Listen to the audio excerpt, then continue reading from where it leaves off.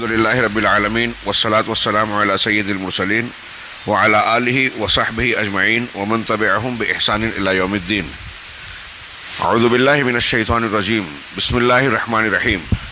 لیس البر ان تولوا وجوہکم قبل المشرق والمغرب ولكن البر من آمن باللہ والیوم الآخر والملائکۃ والکتاب والنبیین وآتى المال على حبه ذوي القربى واليتامى والمساكين وابن السبيل والسائلين وفي الرقاب وأقام الصلاة وآتى الزكاة. محترم حاضرین، اس سے پہلے کہ اسی آیت کے ضمن میں گفتگو کرتے ہوئے ہم نے یہ جانا کہ ایمان کی بنیاد اور اصل بھلائی یہ ہے کہ اللہ پر اور آخرت کے دن پر ایمان لایا جائے، اور پھر اس کے ساتھ میں ملائکہ، نبیوں اور کتابوں پر ایمان. ان ایمانیات کا ذکر کرتے ہوئے صاحب کتاب نے بتایا کہ یہ اہل ایمان ہی وہ ہوں گے جو آخرت میں انعام کے مستحق ہوں گے. اور آخرت پر ایمان کے ضمن میں ہم نے جو جہنم اور اس سے متعلقہ امور پڑھے ہیں، وہ جہنم اپنی تمام تر ہولناکیوں کے ساتھ کافروں کے لیے عذاب کے لیے تیار کی گئی ہے، اور ساتھ ساتھ اہل بدعت کے. اور اس ضمن میں ایک بہت ہی نازک، اہم، توجہ کے لائق بات پر انہوں نے بات کو مرکوز کیا تھا، جسے ہم نے تھوڑا سا پھیلا کر جانا کہ جو لوگ سنت اور نبی کے طریقے سے ہٹ کر دین میں نئے نئے طریقے اختیار کرتے ہیں، تو اس نئے طریقے کو اختیار کرنے کی وجہ سے وہ فرقہ بن جاتے ہیں، صراط مستقیم سے بھٹک جاتے ہیں، ہٹ جاتے ہیں. لہذا جو جتنا عقیدے اور عمل میں اللہ اور رسول اللہ صلی اللہ علیہ وسلم کے بتائے طریقے سے ہٹے گا، اسی اعتبار سے وہ جہنم میں جانے کا اور رہنے کا مستحق ہوگا. اگر اس کی بدعت، اس کی خرافات شرک اکبر اور شرک کفر اکبر تک پہنچ گئی تو وہ کبھی بھی جہنم سے نہیں نکلے گا. افسوس کا اظہار کرتے ہوئے صاحب کتاب نے کہا کہ انتہائی افسوس کی بات ہے کہ اللہ کی کتاب بالکل صاف اور واضح ہے، اللہ کے نبی صلی اللہ علیہ وسلم کی سنتیں اور حدیثیں محفوظ اور واضح ہیں. اس کے باوجود امت کے بہت سارے طبقات اور افراد گمراہیوں کا شکار ہے. نبی صلی اللہ علیہ وسلم کی سنتوں کو چھوڑ کر فلاں اور فلاں کے پیچھے چلتے ہیں، جبکہ اللہ کے نبی صلی اللہ علیہ وسلم نے صاف صاف کہا کہ ترکتکم علی المحجۃ البیضاء، میں نے تم کو روشن شاہراہ پر چھوڑا ہے. ایسی روشن شاہراہ کہ اس کی راتیں بھی دن کی طرح اجالے میں ہیں، روشن ہیں. راتیں بھی دن کی طرح اجالے میں ہیں. کیا مطلب؟ کہ یہاں کوئی چیز ایسی دین کے بارے میں رسول اللہ صلی اللہ علیہ وسلم نے نہیں چھوڑی جس میں ہمیں اور آپ کو سمجھنے میں الجھاؤ ہو، حق بات کا پتہ لگانے میں دقت اور پریشانی ہو. آج کچھ لوگ کہتے ہیں ارے سب کے یہاں تو علماء ہیں، جس کی بات سنو وہی صحیح لگتا ہے، کتابیں پڑھو تو فیصلہ کرنا مشکل ہوتا ہے. یہ غلط کہتا ہے. وہ اللہ اور اس کے رسول کی بات کے خلاف کہہ رہا ہے. اللہ تبارک و تعالیٰ اور رسول اللہ صلی اللہ علیہ وسلم نے صاف کہا کہ قرآن کو ہم نے آسان کیا سمجھنے کے لیے. یہ لوگوں کے لیے، یہ متقیوں کے لیے ہدایت ہے. دونوں باتیں قرآن میں ہیں، ہدی للناس ہدی للمتقین. اب اگر ایک آدمی کہہ رہا ہے کہ ہماری سمجھ میں نہیں آ رہا ہے، تو وہ اللہ کی اس بات کو غلط کہہ رہا ہے کہ اللہ کہہ رہا ہے لوگوں کی ہدایت، اور ہم کہہ رہے ہیں کہ سمجھ میں نہیں آتی. یعنی جب سمجھ میں نہیں آئے گی تو ہدایت کیسے؟ نبی کریم صلی اللہ علیہ وسلم فرما رہے ہیں، یہ میں نے ابھی حدیث پڑھی کہ میں نے روشن شاہراہ پر چھوڑا ہے، اس کی رات بھی دن کی طرح روشن ہے. اس سے وہی بھٹکے گا جو ہلاک ہونے والا ہے، جس کے مقدر میں اس کے باطن کی خرابی کی بنیاد پر اللہ نے یہ لکھ دیا ہے کہ یہ ہدایت یاب نہیں ہوگا، جہنم میں جائے گا. وہی اس کو قبول کرنے سے رکے گا، ورنہ دین صاف ستھرا ہے. یہ بات بڑی اہمیت کی حامل تھی.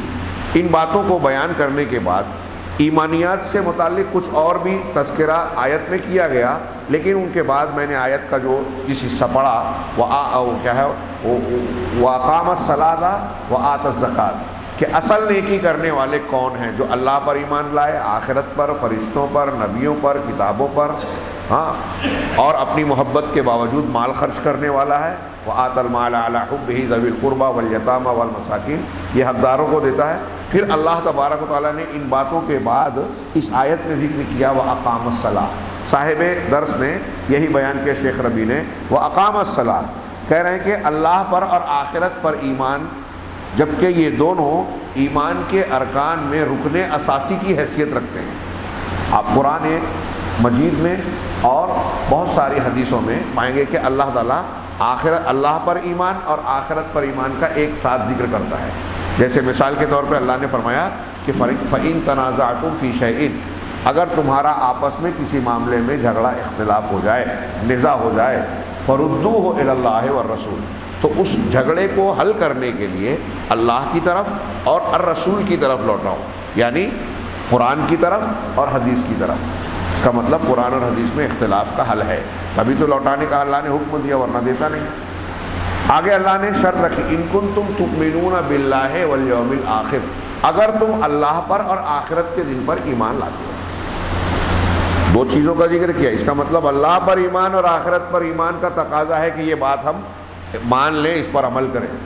حدیثوں میں آپ کو ملے گا جو شخص اللہ پر اور آخرت کے دن پر ایمان رکھتا ہے اسے چاہیے کہ اپنے مہمان کے ساتھ اچھا سلوک کرے۔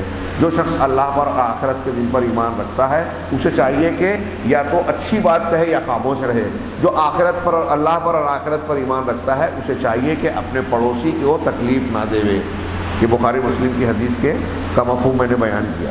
تو اللہ پر ایمان اور آخرت پر ایمان، اگر یہ ایمان ہوگا تو آدمی کے اندر اس کے اثرات ہوں گے یقینی طور سے، اور وہ قرآن و حدیث کی باتوں کو بلا چون چرا مانے گا۔ جس کے اندر خرابیاں ہیں، نہیں مانتا، مہمان نوازی نہیں کر رہا ہے، پڑوسی کو تکلیف دے رہا ہے، اچھی باتیں زبان سے نہیں کہہ رہا ہے، اس کا مطلب یہ کہ اس کا اللہ پر اور آخرت کے دن پر ایمان کم ہے، کمزور ہے۔ تبھی تو اللہ تعالیٰ کہہ رہا ہے کہ جس کا یہ ایمان ہے وہ ایسا کرے۔ اس کا مطلب ایسا نہیں کر رہا ہے تو ایمان میں کمی ہے۔ تو ان ایمانیات کے ذکر کے بعد اللہ تعالیٰ نے نماز کا اور زکوٰۃ کا ذکر کیا۔ تو صاحب کتاب کہہ رہے ہیں کہ یہ جو باتیں تھیں، اللہ پر ایمان، آخرت پر ایمان، یہ ایمان کے دو رکن تھے۔ پھر اس کے بعد اللہ نے اس کے تابع والے ایمانیات کا بھی چند کا ذکر کیا۔ من کفر بہما، جو ان دونوں کا یعنی اللہ اور آخرت کے دین پر ایمان کا کفر کرے گا، یا ان دونوں میں سے کسی ایک کا انکار کرے گا کہ میں اسے نہیں مانتا، تو وہ اللہ کے ساتھ انکار کرے گا اور ملت اسلامیہ سے باہر ہو جائے گا، وہ مسلمان نہیں رہے گا۔ اگر کوئی کہتا ہے میں آخرت کو نہیں مانتا تو وہ اسلام کے دائرے سے باہر ہو جائے گا، اور جنت اور جہنم کا انکار کرنے والا بھی کافر ہے۔ ایسے ہی کافر ہے جیسے کمیونسٹ ہیں، اللہ کو نہ ماننے والے دوسرے بہت سارے مشرکین اور کافرین ہیں، وہ ایسا ہی کافر ہو جائے گا۔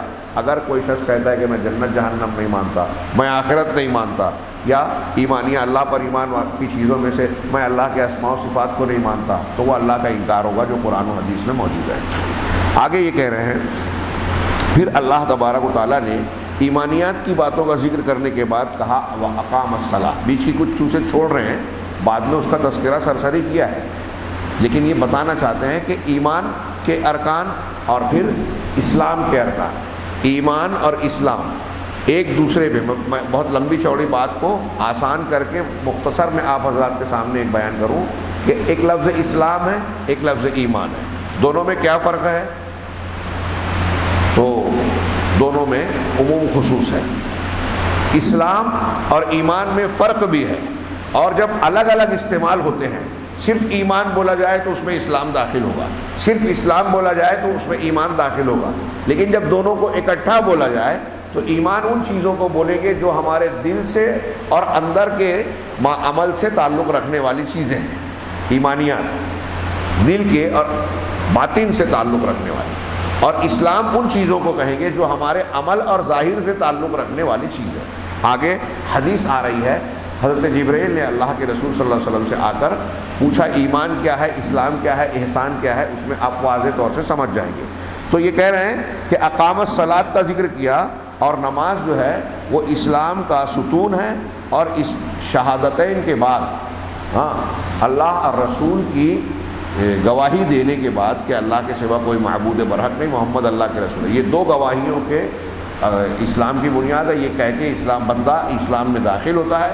اس کے بعد سب سے اہم رکن نماز ہے اسلام کے اندر، شہادتین کے بعد سب سے ارکان اسلام میں سب سے اہم رکن نماز ہے۔ یہ انسان کے مسلمان ہونے کا اول اور آخر نشان ہے۔ جو لوگ نماز نہیں پڑھتے، چھوڑ پکڑ کرتے ہیں، ہاں ہمارے یہاں ابھی اگر میں وہ بحث چھیڑوں تو ویسا نہیں مانتے۔ آج عرب علماء، عربوں میں جو حنبلی مسلک کے ہیں اور بہت سارے اہل حدیث مسلک کے جو عرب علماء ہیں، وہ ایسا کہتے ہیں، فتویٰ دیتے ہیں، عمل اسی پر ہے سعودی عرب میں، کہ اگر کوئی بے نمازی آدمی مر جائے تو اس کی نماز جنازہ مسلمان نہیں پڑھیں گے، مسلمانوں کے قبرستان میں اس کو دفن نہیں کیا جائے گا، مسلمانوں کے ساتھ اس کا کوئی معاملہ مسلمانوں کی طرح نہیں ہوگا۔ رشتہ داروں کو دیتے ہیں کہ جا کے اسے کسی کھڈے میں لے کر ڈال دو، اس کی نماز جنازہ بھی نہیں پڑھی جائے گی۔ اس کو مسلمان مانتے ہی نہیں۔ آج کی تاریخ میں سعودی عرب میں یہ عمل ہے۔ کسی مرنے والے کے بارے میں اگر خبر ہو جائے کہ یہ بے نمازی تھا، نماز جنازہ نہیں ہوگی کسی مسجد میں، اس کی نماز جنازہ نہیں پڑھی جائے گی، کوئی معاملہ، قبرستان میں دفن نہیں کیا جائے گا۔ آج عمل ہے اس پر، کافر مانا جاتا ہے۔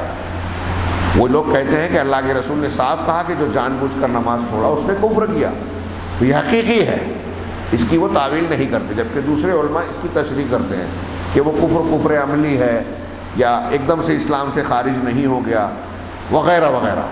ہاں، لیکن اس اہم رکن اور نماز کے تعلق سے کچھ ایسی نصوص قرآن حدیث کی ایسی دلیلیں ہیں جس کی بنیاد پر وہ یہ فتویٰ دیتے ہیں، اور آج اس پر عمل کر رہے ہیں، اور یہ صاف کہتے ہیں کہ اگر کسی عورت کا شوہر نماز نہیں پڑھتا تو وارننگ دی جائے گی، نہیں مانتا تو اس عورت کو الگ ہو جانا چاہیے، طلاق لے لینا چاہیے، اور طلاق ہو جاتا ہے۔ اس بنیاد پہ طلاق لینا چاہیے ایک مسلمان عورت کو۔ ہمارے ہاں نمک چاول پر لیتے ہیں لوگ، دین اور نماز پہ نہیں لیتے، عجیب بات ہے۔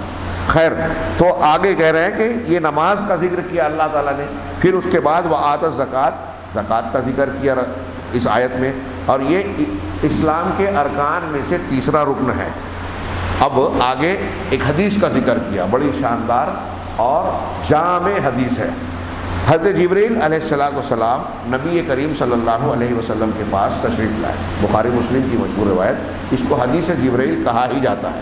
انسان کی شکل میں آئے، صحابہ کرام موجود تھے، حضرت عمر راوی ہیں، روایت میں یہاں اس کا ذکر نہیں ہے، وہ کہتے ہیں کہ ایک آدمی آیا اللہ کے نبی صلی اللہ علیہ وسلم کے پاس، نہ ہم اس کو پہچانتے تھے اور نہ اس پر سفر کا نشان نظر آ رہا تھا۔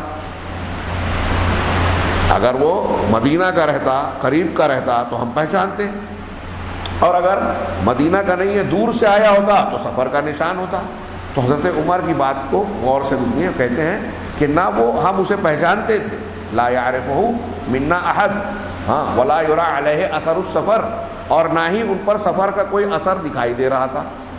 ہاں، فاسند رکبتیہ الی رکبتیہ، اپنے دونوں گھٹنوں کو اللہ کے رسول صلی اللہ علیہ وسلم کے دونوں گھٹنوں سے ٹیک کر بیٹھ گئے، ہاں، ووضع کفیہ علی فخذیہ، اور اپنی دونوں ہتھیلیوں کو اللہ کے رسول صلی اللہ علیہ وسلم کی یا اپنی کیا نام ہے رانوں پر رکھا، ہاں، وقال، اور کہا، یا محمد اخبرنی عن الاسلام، اے محمد مجھے اسلام کے بارے میں بتائیے، خبر دیجیے، یعنی کیا اسلام کسے کہتے ہیں، خبر دیجیے، بتائیے۔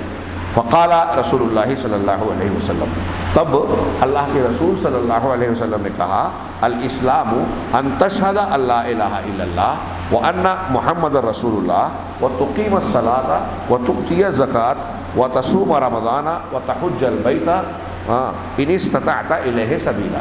اسلام یہ ہے کہ تم اس بات کی گواہی دو کہ اللہ کے سوا کوئی معبود برحق نہیں ہے، اور محمد اللہ کے رسول ہیں، اور نماز قائم کرو اور زکوٰۃ ادا کرو، وتصوم رمضان، رمضان کے روزے رکھو، اور اللہ کے گھر کا حج کرو، بیت اللہ کا، کعبۃ اللہ کا حج کرو اگر تمہارے لیے اس کے راستے کی طاقت ہو۔ یہ لفظی ترجمہ کیا۔ اسلام کیا ہے اللہ کے رسول نے بتایا یہ۔ اب اسلام کے ان سارے اعمال کا جو ذکر کیا، یہ اعضاء و جوارح کے ظاہر کے عمل سے تعلق رکھتے ہیں۔ شہادتین آدمی زبان سے بول کے اس کا اظہار کرتا ہے، نماز جسمانی عبادت ہے، زکوٰۃ مالی عبادت ہے، ہاں، روزہ جو ہے جسمانی عبادت ہے، حج میں مالی، جسمانی، ذہنی ہر قسم کی عبادت اکٹھا ہے، مال بھی ہے، پیسہ بھی لگتا ہے، اور ساری چیزیں۔ تو یہ 5 چیزیں اسلام ہیں۔ قال صدقتا، تو وہ جو آدمی آیا تھا، حضرت عمر نے کہا، ابھی وہ پہچانے نہیں تھے کہ جبریل ہے، اس نے کہا کہ سچ کہا. ہاں فعجبنا لہ، حضرت عمر کہتے ہیں کہ ہم کو تعجب ہوا کہ یسألہ و یصدقہ، پہلے سوال کرتا ہے اور سوال کا جواب ملنے پہ تصدیق کرتا ہے. ایک آدمی اگر پوچھنے آ رہا ہے، سمجھنے آ رہا ہے تو پہلے پوچھے گا نا، تو وہ نہیں کہے گا کہ صحیح کہا غلط کہا. اللہ کے رسول سے سوال کیا، رسول اللہ صلی اللہ علیہ وسلم نے جب جواب دیا تو کہا ہاں سچ کہہ رہے ہو. تو ہم کو تعجب ہوا، سوال کر رہا ہے پھر تصدیق بھی کر رہا ہے. قال فاخبرنی عن الایمان، پھر اس نے کہا کہ اچھا ٹھیک ہے اب ایمان کے بارے میں مجھے بتائیے. تو اللہ کے نبی صلی اللہ علیہ وسلم نے جواب دیا ایمان یہ ہے ان تؤمن باللہ وملائکتہ وکتبہ ورسلہ والیوم الآخر وتؤمن بالقدر خیرہ وشرہ، کہ ایمان یہ ہے کہ تم اللہ پر ایمان لاؤ، اس کے فرشتوں پر یقین رکھو، اس کی کتابوں کو مانو، اس کے رسولوں پر ایمان رکھو، اور آخرت کے دن پر اور تقدیر، اور تم یہ مانو یقین رکھو ایمان رکھو کہ تقدیر اچھی بری دونوں ہے، تقدیر کے بھلے برے پر یقین رکھو. یہ 6 چیزیں بیان کی، ایمان کی مبادیات یہ کہلاتی ہیں. یہاں کئی طریقے سے لوگوں نے بحث کی ہے. ایک ترتیب کا ذکر میں نے اس سے پہلے بعض دروس میں کیا کہ سب سے اہم اللہ پر ایمان ہے، اصل الاصول ہے، ساری چیزیں ماننا اسی کے تابع ہے، اس لیے پہلے اللہ کا ذکر کیا. اب اللہ کے ذکر کرنے کے بعد ترتیب میں ہمارے دماغ میں آ سکتا ہے کہ اللہ کے بعد فرشتوں کا ذکر کیوں کیا؟ تو فرشتے بھی غیب ہیں، اور اللہ تبارک و تعالیٰ کے پاس سے ہمارے پاس 3 شریعت جو بھی آیا ہے اس کو لانے والا پہلا اللہ کا نمائندہ فرشتہ ہی ہوتا ہے، تو اس لیے فرشتے کا ذکر کیا. فرشتہ جو لے کر آتا ہے وہ کیا ہوتا ہے؟ وہ کتاب ہے، شریعت ہے، اس لیے فرشتوں کے بعد کتب کا ذکر ہے. جو لے کر آتا ہے وہ کس کے پاس لے کر آتا ہے؟ وہ رسولوں کے پاس، اس لیے اس کے بعد رسول کا ذکر ہے. اور ساری باتوں کو ماننے کا نتیجہ کہاں ہوتا ہے؟ آخرت کے دن وہ نتیجہ نکلے گا، اس لیے یوم الآخر کا اس کے بعد ذکر ہے. اور یہ ساری چیزیں جو اللہ تبارک و تعالیٰ انجام دے رہا ہے، کون جنت میں جائے گا، کون جہنم میں جائے گا، اور کون کیا مانے گا نہیں مانے گا، یہ ساری چیزیں تقدیر میں لکھی ہے، اس لیے آخری ذکر تقدیر کا دیا. یہ معنوی ترتیب بعض علماء نے بیان کی. تو یہ ایمان کا بیان ہوا. 6 چیزیں بہت اچھی طریقے، یہ بنیادی سبق ہے، ہر مسلمان بچے کو بڑوں کو یہ یاد رہنا چاہیے، ازبر رہنا چاہیے. اسلام کیا ہے؟ یہ 5 ارکان. ایمان کیا ہے؟ یہ 6 بنیادیں.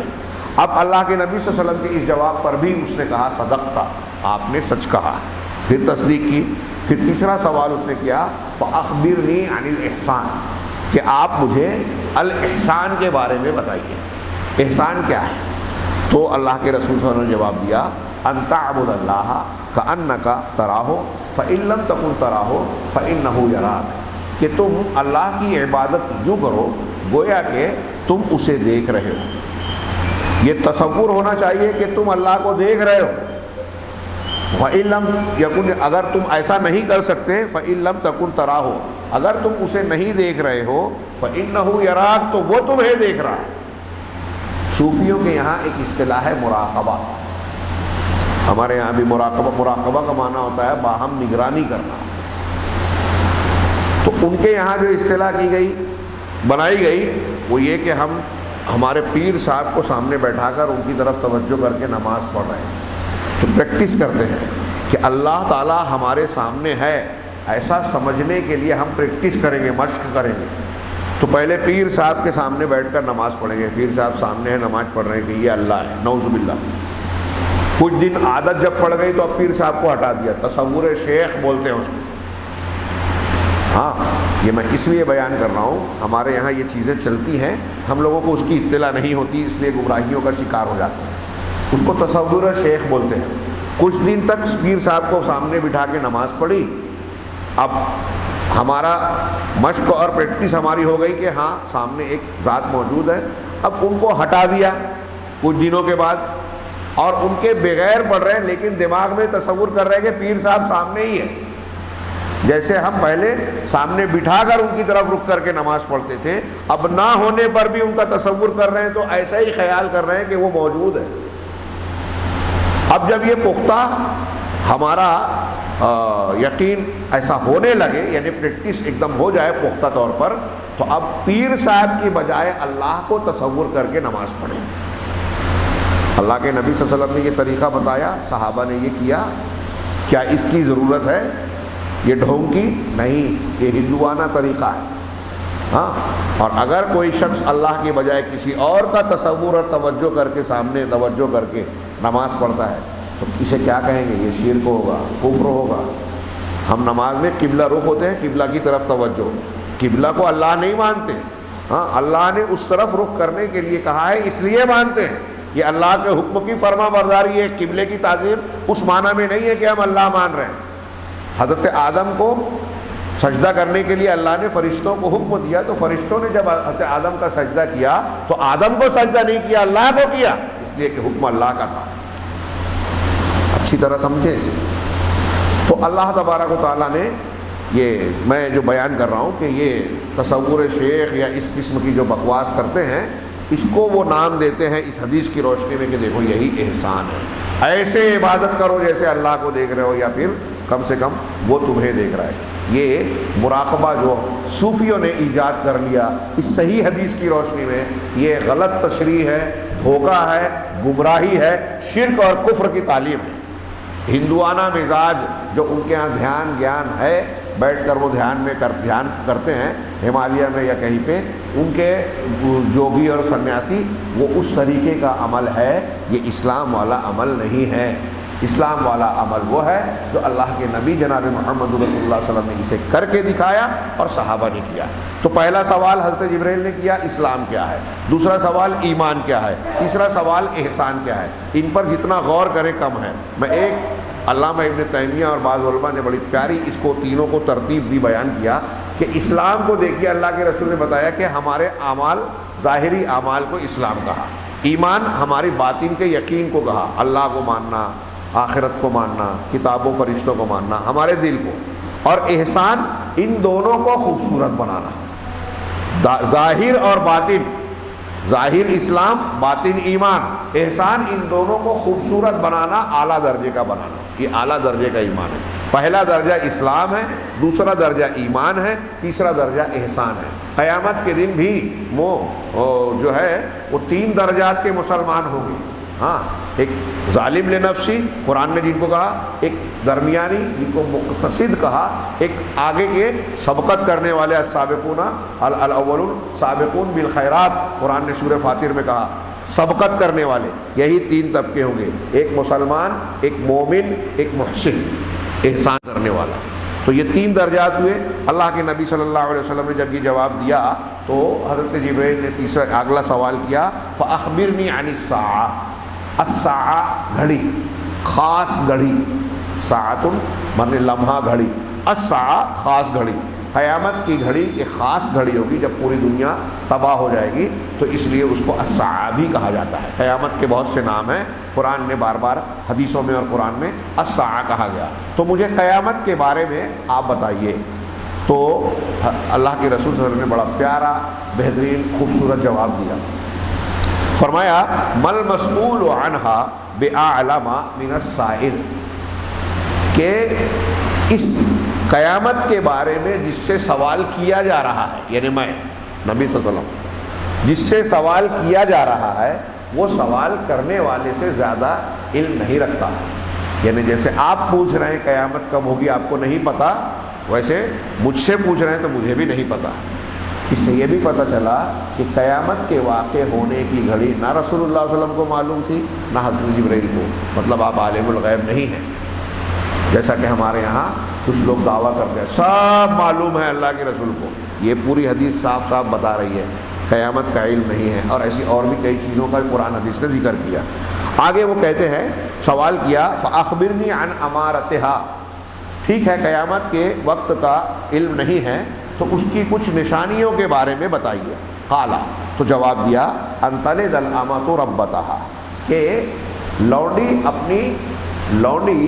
اپنی مالکن کو جنم دے گی، لونڈی اپنی مالکن کو جنم دے گی۔ اس کی تشریح علماء نے کئی ڈھنگ سے کی ہے، ایک سادی سودی اور سمجھ میں آنے والی سیدھی سادی ایک عام سی تفسیر اور تشریح یہ ہے کہ ایک لڑکی یعنی ماں کی جو بیٹی ہوگی وہ جنم دے گی اپنی بیٹی کو، بیٹی بڑی ہونے کے بعد اس پر حکم چلائے گی، اس کی بات، ماں کی بات ماننے کی بجائے ماں کو اپنی نوکرانی بنا کر رکھے۔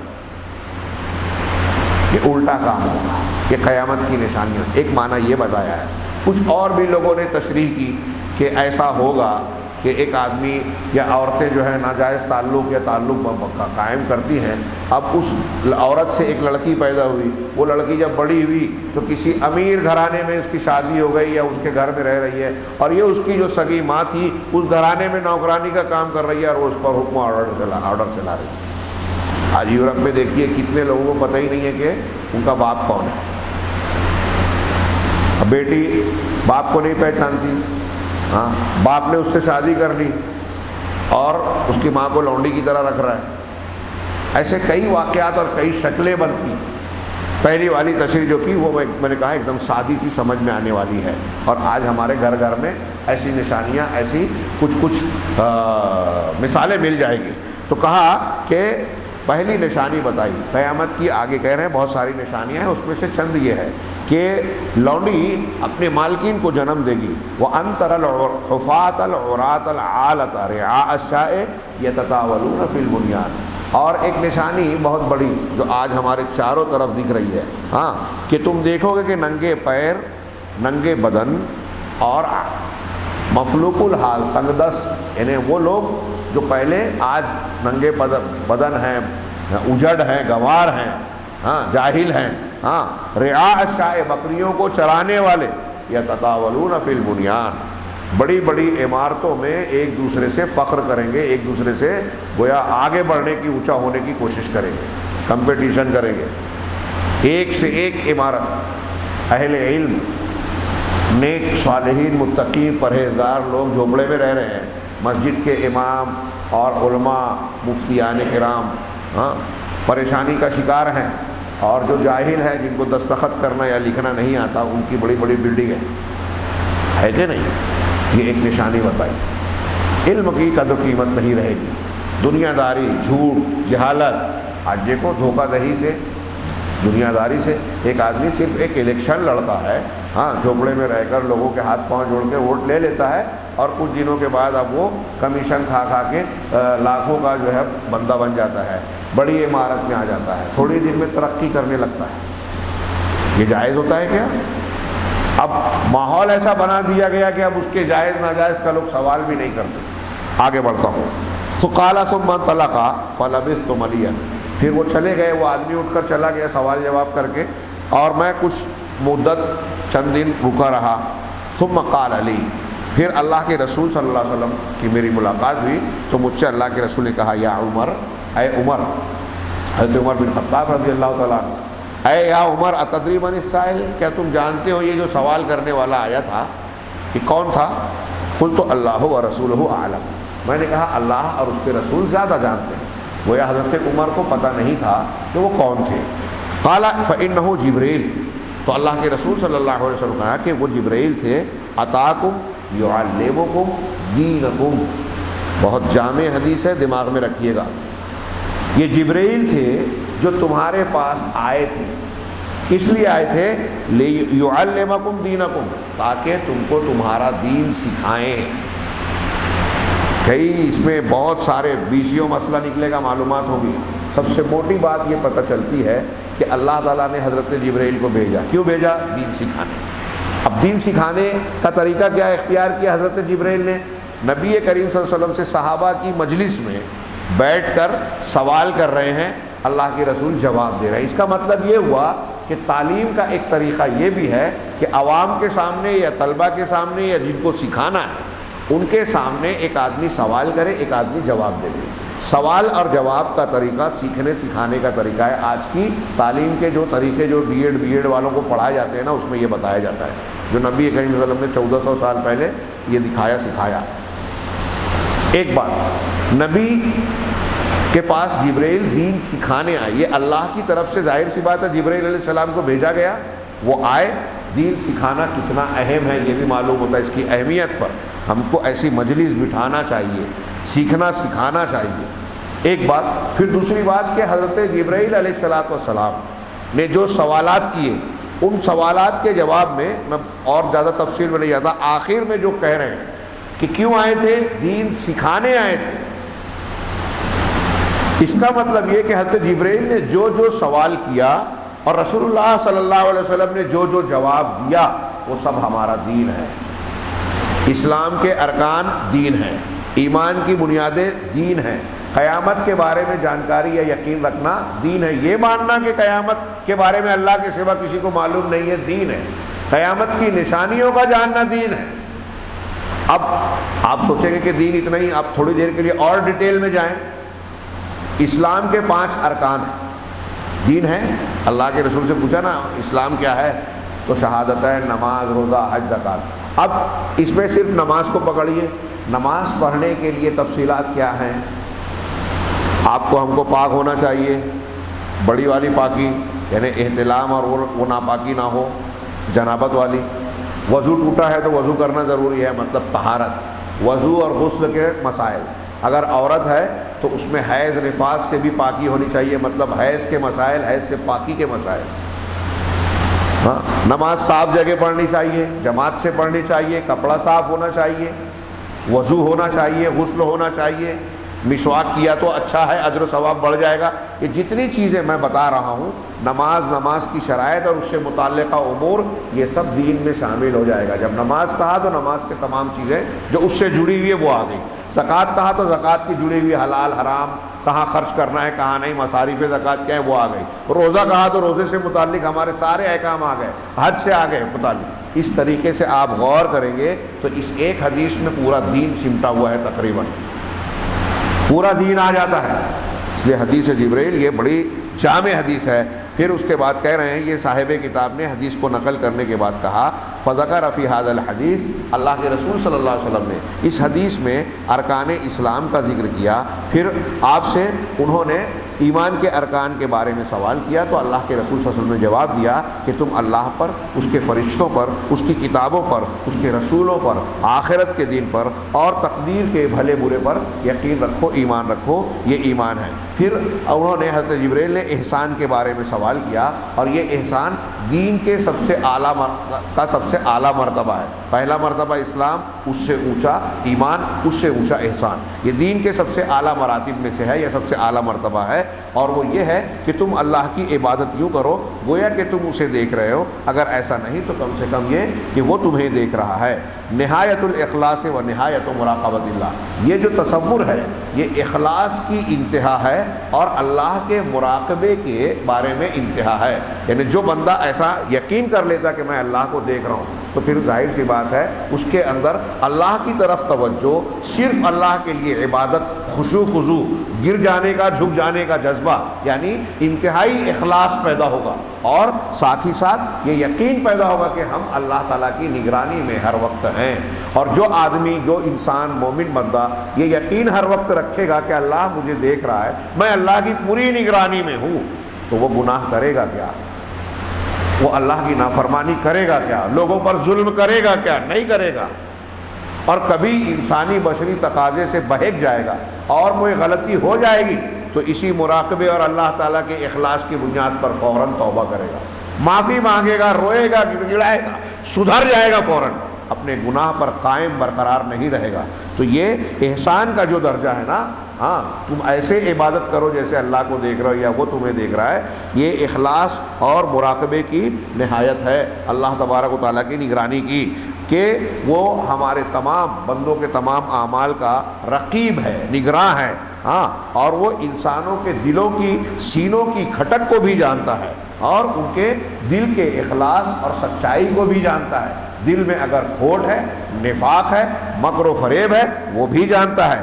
چنانچہ جو بندہ ایسا یقین رکھے گا تو وہ اللہ تبارک و تعالیٰ کے لیے اپنے دل کو خالص بنائے گا، اپنے اعمال کو خالص بنائے گا، اپنی نیتوں کو خالص بنائے گا، اور پھر دوسری چیزوں سے اپنی جب عبادت میں مشغول ہوگا تو دوسری چیزوں سے اس کا دل ہٹ کر صرف عبادت میں لگا رہے گا کہ میں رب الارباب، رب العالمین، پروردگار، بادشاہوں کے بادشاہ کے سامنے کھڑا ہوں اور وہ مجھے دیکھ رہا ہے، تو میری دماغ اور میرا خیال، تصور کسی اور چیز کی طرف نہیں ہونا چاہیے۔ انما یستشعر انہ یناجی اللہ، ایسے میں عبادت کرتے ہوئے بندہ یہ عقیدہ رکھے گا، یہ تصور اور شعور رکھے گا کہ وہ اللہ تبارک و تعالیٰ، کون اللہ؟ جو رب السماوات والارض ہے، آسمانوں اور زمینوں کا پروردگار ہے، وہ اس سے سرگوشی کر رہا ہے، بات کر رہا ہے۔ اگر آپ کے یہاں کوئی ایسا بہت بڑا آدمی جس کی بہت عزت آپ کرتے ہیں وہ آ جائے اور کوئی بچہ بیچ میں ڈسٹرب کرے تو آپ کیا کریں گے؟ بھگاؤ اسے، اٹھاؤ یہاں سے، کیونکہ یہ بہت عظیم الشان شخصیت ہیں، بڑی شخصیت ہے، عزت والی ہیں، اور یہ آ کے بیچ میں خلجان پیدا کر رہا ہے تو آپ کو برا لگے گا کہ اس کے سامنے بے عزتی ہوگی، اس کی بے عزتی ہے۔ اب جب اللہ تبارک و تعالیٰ کو آپ اگر پہچانتے ہیں، جانتے ہیں رب السماوات والارض، اور نماز یا کوئی عبادت کرتے ہوئے آپ کے ذہن و دماغ میں یہ ہے کہ پروردگار سے میں بات کر رہا ہوں، تو ایسے میں آپ کا دماغ، آپ کی توجہ، آپ کا شوق، رغبت کسی اور چیز کی طرف جائے گا کیا؟ سوال ہی نہیں پیدا ہوتا۔ لہذا ایک آدمی کا یہ احسان والا تصور اور درجہ جتنا زیادہ بہترین ہوگا، گویا اس کی عبادت اور اس کا دین پر عمل اتنا زیادہ اونچا اور اعلیٰ ہوگا، اس کی اللہ کی طرف توجہ، خشوع خضوع اور صحیح جذبہ اتنا زیادہ ہوگا، اس کی دماغ ادھر ادھر کم سے کم بھٹکے گا۔ کوئی انسان کے بس میں یہ نہیں ہے کہ اپنے دماغ کو بھٹکنے سے پورے طریقے سے روک لے، لیکن یہ احسان کا عقیدہ جتنا زیادہ بہتر ہوگا اتنا زیادہ وہ اللہ کی طرف متوجہ ہوگا۔ ھذا مقام الاحسان مقام عظیم، یہ احسان کا جو مقام مرتبہ ہے یہ بہت عظیم مقام ہے اور یہ دین کا سب سے اعلیٰ مرتبہ ہے۔ پھر اللہ کے رسول صلی اللہ علیہ وسلم سے میں چاہتا تھا کہ آج کے دن اس درس کو پورا کر دوں، لیکن بات تھوڑی لمبی ہے، یہاں میں صرف ایک بات اور کہہ کے آج اسے چھوڑ دیتا ہوں۔ اللہ کے رسول صلی اللہ علیہ وسلم سے پھر انہوں نے قیامت کی نشانیوں کے بارے میں، قیامت کے وقت کے بارے میں سوال کیا، اور اس بارے میں اللہ کے رسول صلی اللہ علیہ وسلم کا جواب تھا کہ مل مسئول عنہا بأعلم من السائل، پوچھا جانے والا پوچھنے والے سے زیادہ نہیں جانتا۔ پھر آپ نے اس کی نشانیوں کے بارے میں پوچھا تو آپ نے کہا ان تلد الامۃ ربتہا، کہ لونڈی اپنے مالکین کو جنم دے گی اور تم ننگے پیر اور ننگے بدن والوں کو اور پھٹے حال لوگوں کو دیکھو گے، بکریوں کے چرانے والوں کو، کہ وہ اونچی اونچی عمارتوں میں ایک دوسرے سے آگے بڑھ رہے ہیں، تکبر کر رہے ہیں۔ یہ قیامت کی نشانیوں میں سے ہے۔ اور قیامت کی نشانیاں اس کے علاوہ بھی بہت ساری ہیں، ما ذکر فی ھذا الحدیث، اور جو اس حدیث میں جو ذکر کی گئی ہیں اس کے علاوہ، جن میں سے آخر میں دجال کا نکلنا، حضرت عیسیٰ کا اترنا، دابۃ الارض، زمین سے ایک جانور کا نکلنا جو لوگوں سے بات چیت کرے گا، اور اس کے علاوہ اور بہت ساری، یہ بڑی بڑی اور آخر کی نشانیاں ہیں۔ درمیانی نشانیاں علم کا کم ہو جانا، عمل کا جو ہے فتنوں کا بڑھ جانا، قتل کا بڑھ جانا، اور زنا کا عام ہو جانا، شراب کثرت سے پیا جانا، اور حرام کو حلال اور حلال کو حرام، موسیقی کا عام ہونا، ایسی بہت ساری نشانیاں ہیں جو ہم آج اپنے ارد گرد بڑھتی ہوئی دیکھ رہے ہیں۔ الشاہد اس میں بیان کا کیا کرنا ہے، مقصود کیا ہے؟ انہ علی المؤمن ان یقوم بالایمان بارکانہ، مسلمان پر لازم ہے کہ وہ ایمان کو اس کے ارکان کے ساتھ انجام دے ہوئے اختیار کرے، وان یکون بارکان الاسلام، اور ساتھ ساتھ ارکان اسلام کو بھی اختیار کرے۔ لیس البر ان تولوا وجوہکم میں کہا کہ نیکی صرف یہ نہیں ہے کہ تم مشرق مغرب کی طرف اپنا رخ کرو، نیکیاں کیا ہے؟ یہ ایمانیات ہے اور یہ اسلام کے ارکان ہیں۔